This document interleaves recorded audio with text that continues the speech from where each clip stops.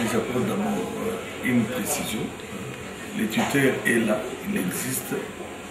C'est le président Tom Daoula, c'est lui le tuteur du club. Moi, je suis président du comité sportif de Ocel City. Donc, c'est ça la précision que je voulais apporter. Je suis président et le tuteur est là. Les sponsors aussi, nous en avons quelques-uns qui sont dans l'anonymat. Donc, traitez-moi des sponsors de Ocel City serait manquer de considération et de respect envers tout cela qui nous aide pour que l'équipe aille de l'avant. Ok? Bon, alors, par rapport à la consécration cette année, je crois que ça ne peut être qu'une joie. Un enfant qui entre en première primaire, qui sort premier, ça vous fait la joie. Quand il passe en deuxième, il sort encore premier, c'est toujours la joie.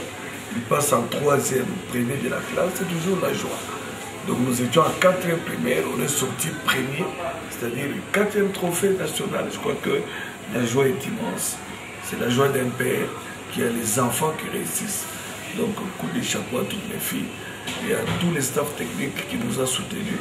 Parce que tenez-vous bien, que c'est avec les mêmes staffs techniques qu'on a eu la première coupe, la deuxième, la troisième et la quatrième. Donc il y a une stabilité, une continuité sans appel. La saison a été difficile au niveau de l'entente de Lubumbashi. Nous avons joué nos matchs comme d'habitude. Il y a eu certaines petites erreurs au niveau de nos joueuses, la négligence. Nos joueuses ont minimisé certains clubs et nous les avons payés cash. Nous n'avons pas été champions de l'entente. Nous comptions par contre récupérer cela au niveau du championnat provincial.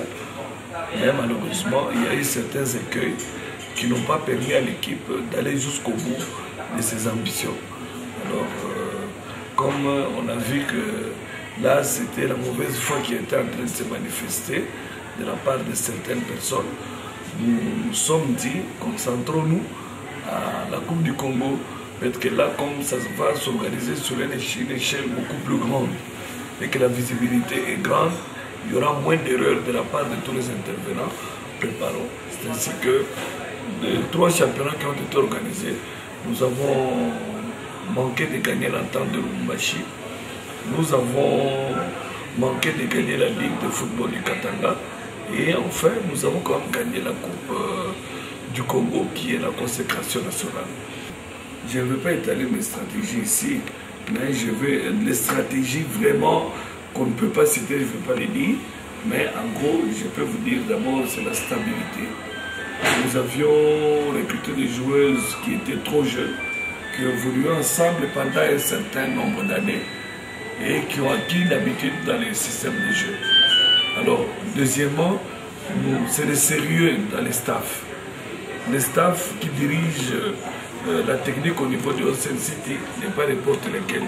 C'est un staff discipliné, un staff dirigé par un entraîneur qui a le cœur à l'ouvrage, n'est-ce pas, et qui n'aime pas la complaisance. Et cette rigueur-là, communiquée au niveau des joueuses, nous apporte les résultats que vous êtes en train de voir. Je crois que, en gros, c'est ce que je vais vous dire.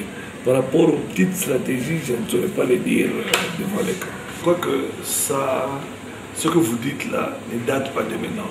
Ce sont des choses passées. Parce qu'au niveau national, on tient compte maintenant de la performance de chaque joueuse. Vous avez suivi les matchs de Event, Léopard contre le Gabon.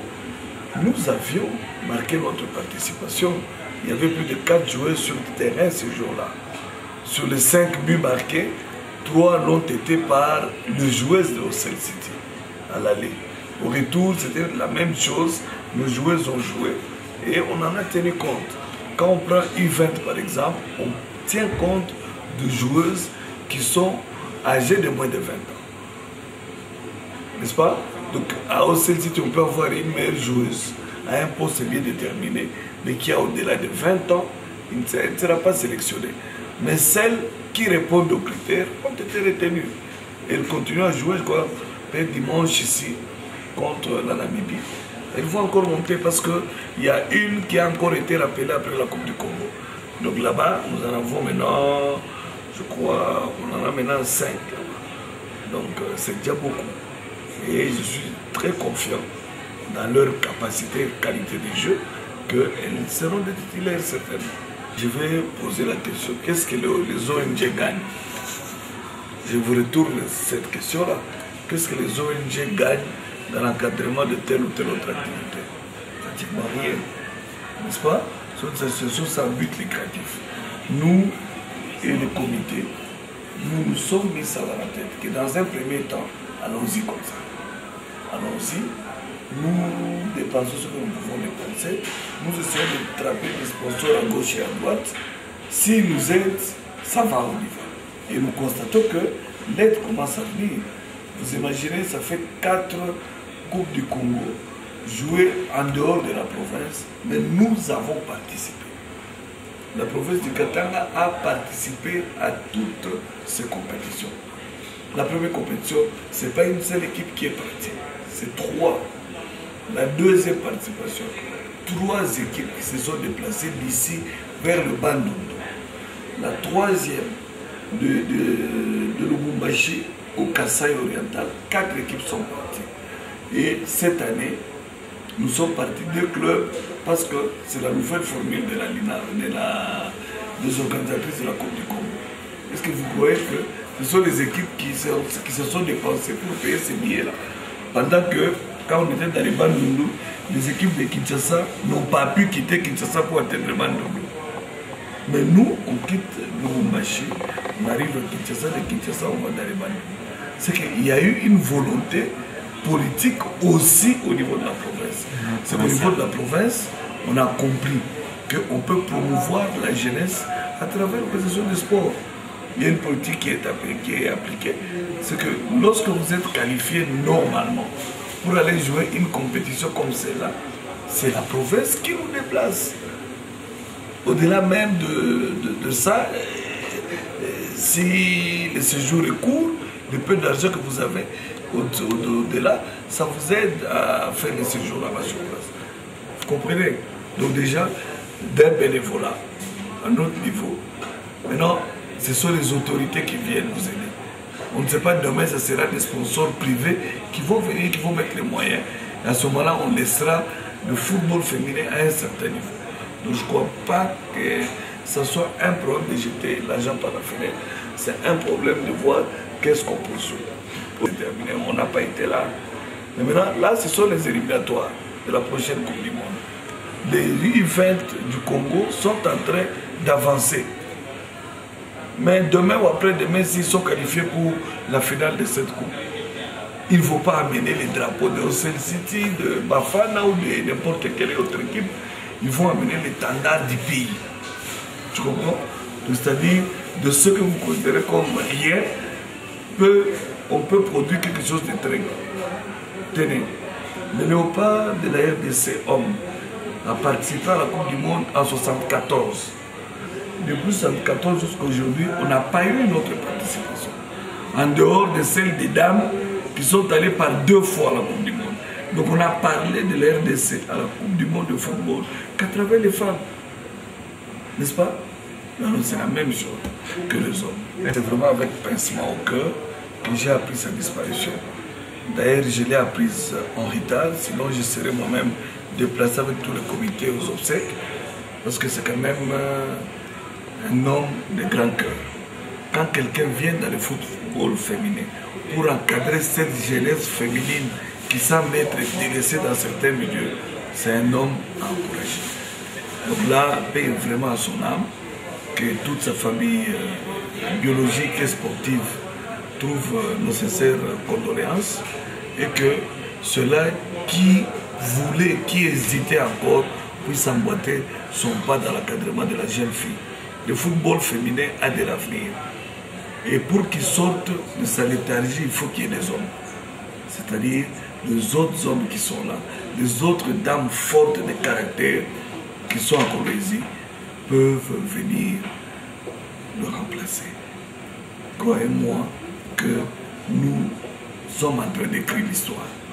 Nous sommes en train d'écrire l'histoire du football féminin à travers ces pays. Venez, il est grand temps.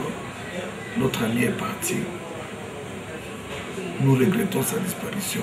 Mais il faudrait que là où il est, qu'il sache que l'œuvre qu'il a commencé à Kolwezi peut être poursuivie par d'autres personnes de bonne volonté.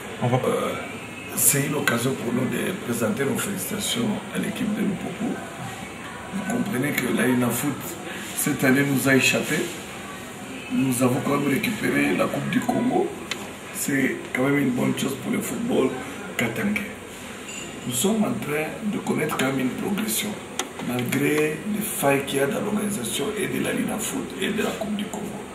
Je crois que si c'était organisé d'une manière régulière, peut-être que nous aurions des équipes beaucoup plus compétitives, parce qu'ici, au moins, les championnats s'organisent d'une manière régulière. Le fait que nous avons 3 représentants au niveau africain, je crois que ça doit être qu'une fierté. C'est que quelque part, la politique sportive, ici au Katanga, est en train d'être bien conduite. Là, c'est une occasion aussi de donner un coup de chapeau au président de la Ligue de football du Katanga, parce qu'on ne le veuille pas, c'est lui. C'est sa ligue qui va donner les 3 représentants au niveau de la compétition africaine. Donc, coup de chapeau au président Mwamba, continuez sur cette lancée-là. Nous espérons qu'avec vous, peut-être que nous aurons encore beaucoup plus d'autres clubs, même au niveau de la Ligue de foot. Je crois que vous avez déjà fait les comptes.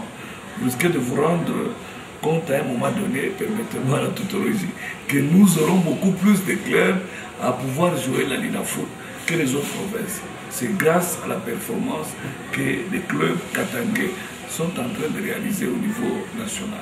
On ne trouve pas un mauvais résultat.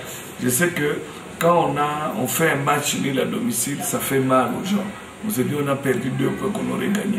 Mais vous ne jouez pas contre n'importe qui. C'est une grande équipe qui est arrivée en quart de finale. Est-ce que vous êtes sûr, vous, tel que vous êtes là, qu'au match retour, Mazembe va perdre là-bas? Non. Donc Mazembe peut aller tenir cette équipe à l'échec là-bas, parce qu'il a déjà battu une fois là-bas. Donc nous devons garder notre calme plutôt, encourager les joueurs. Il n'y a pas péril à la demeure. On a raté des occasions, on n'a pas pu marquer. Où on a fait match nul, on a perdu 3 points. Ce n'est pas la fin du monde. C'est un championnat qui se joue. Il y aura des matchs en aller-retour. Donc il reste encore, je crois, 15 points à gagner, à aller chercher. Mazembe a encore 5 matchs à jouer dans cette poule. Il va se contenter d'un point. Non. Il y aura des matchs qu'on va gagner ici. Il y aura des matchs que Mazembe peut aller gagner aussi à l'extérieur. Parce que Mazembe a des joueurs d'une renommée internationale, mondiale. C'est-à-dire ils ont la rage de vaincre. Ils peuvent aller gagner en dehors. Moi je n'ai pas peur. Je suis plutôt confiant.